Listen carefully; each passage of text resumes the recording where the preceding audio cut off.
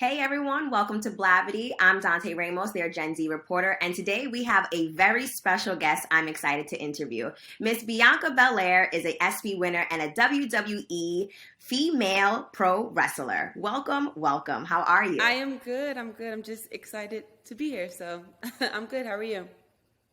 Good. I'm excited as well because growing up watching WWE, all the stories that align with women were either overly sexualized or I remember them fighting over one male wrestler. So your storyline is very different. Did you play a role in how you wanted the audience to see you as a wrestler?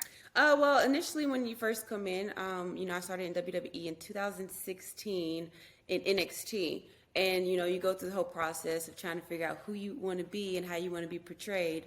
And so I had a whole lot I had a whole lot that went into with how I wanted to be portrayed as the EST of WWE, and I wanted to be portrayed as a feminine but strong woman. But what I will say is that I came into WWE at an amazing time where a lot of the women that came before us laid the foundation and to the women's evolution that happened, and now I'm able to walk through the doors because they paved this road so I can walk on it. So I came into WWE in an amazing time where the women are getting a lot of amazing storylines and putting on main events and having wrestling matches on the same caliber as the males. Yes, and speaking of 2016 to 2021, I saw that the Pro Wrestling Illustrated deemed you number one out of 150 women. Congratulations. Thank you. You're so welcome. And so from 2016 to 2021, what has your WWE experience been like as a Black woman? Ooh. Well, I came in 2016. I didn't know anything. My journey to WWE is very unique. I didn't really watch wrestling growing up a whole lot. My brother was the huge wrestling fan. So coming in, just starting from the get-go with not knowing anything, having to learn the history of the business and then coming in and thinking, you just get in the ring and you fight. No, we don't just get in the ring and fight. It's so much more that goes into it. It's our characters. It's how we want to be portrayed. It's sports entertainment. It's like watching a football game and getting that action pack from a football game, but getting entertained, like watching your favorite soap opera or a movie.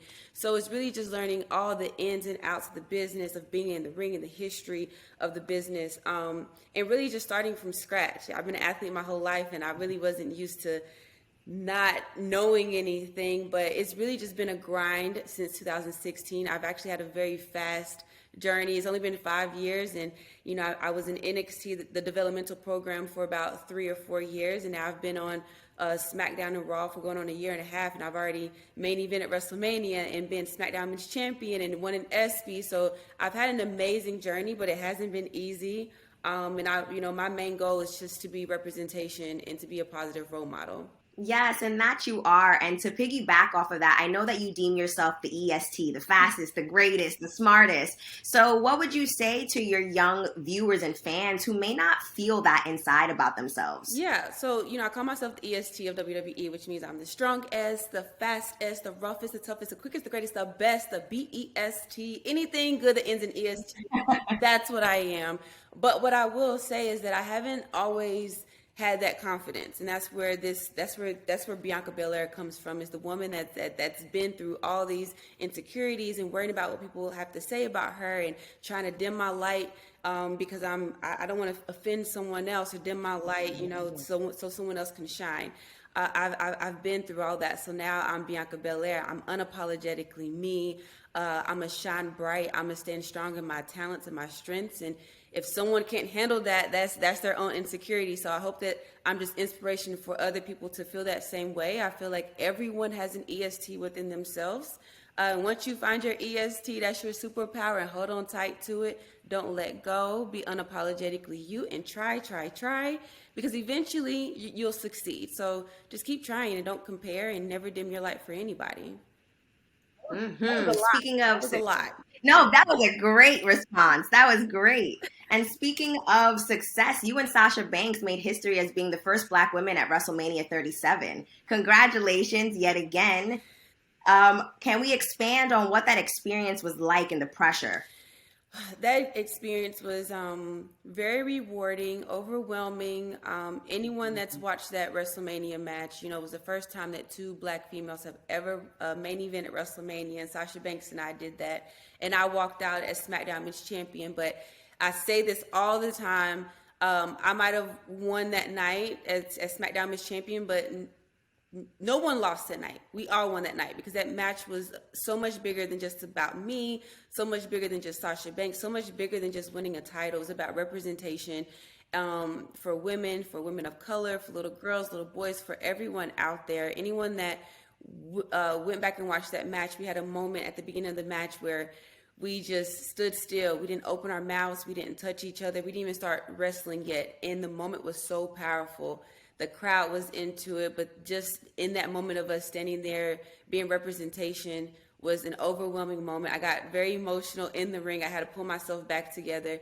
But you know, I'm just grateful to be one of the women in that position because, like I said, there's been so many more women that came before us that laid this foundation. So I'm just blessed to be one of the women alongside with Sasha Banks that was in that moment at WrestleMania, making history. Yeah, I feel like you guys are definitely making it feel like we are all winning as like a black union, a black women community for sure watching you guys. And I know you won an ESPY and you also won the Royal Rumble and there's so much more that you've done that I haven't listed, but you have been paving a way for younger black wrestlers.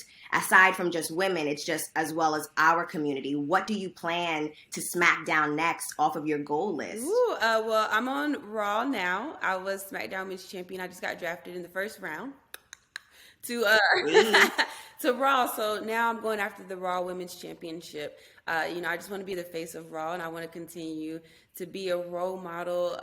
You know, just for little boys and little girls, and not just little boys and little girls, but adults, grown-ups that look like me. You know, I think about when my very first wrestling WWE show that I went to was around 26, 27, right before I started, and I saw Naomi.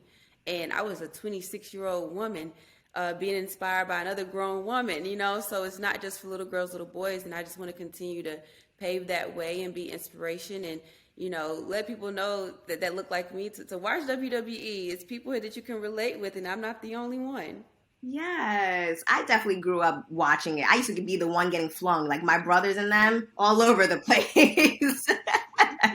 So WWE's connection to hip hop has always been pretty relevant, from Megan Thee Stallion to Wale to even Flatbush Zombies saying that they're mega fans. And you guys also were part of Rolling Loud back in July. Why do you think that WWE and hip hop culture embrace one another? Well, I mean, it goes hand in hand. Music has been such, you know, such a pivotal aspect of WWE as far as our entrance music, as far as the entertainers that have come to WrestleMania and been a part of WWE shows. It just goes hand in hand.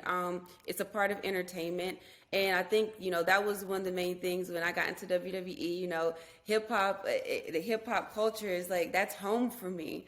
And that's just what comes along with me. And I wanted to bring that more into WWE and bring more eyes from that environment over into WWE. So going to Rolling Loud, for one, my husband and I, who's Montez Ford, he's one half of the tag team, the Street Profits, that's in WWE too. We were looking at Rolling Loud and we were trying to go just to like be spectators. So we found out that we weren't just going, we were going to perform on the same stage. It was really cool.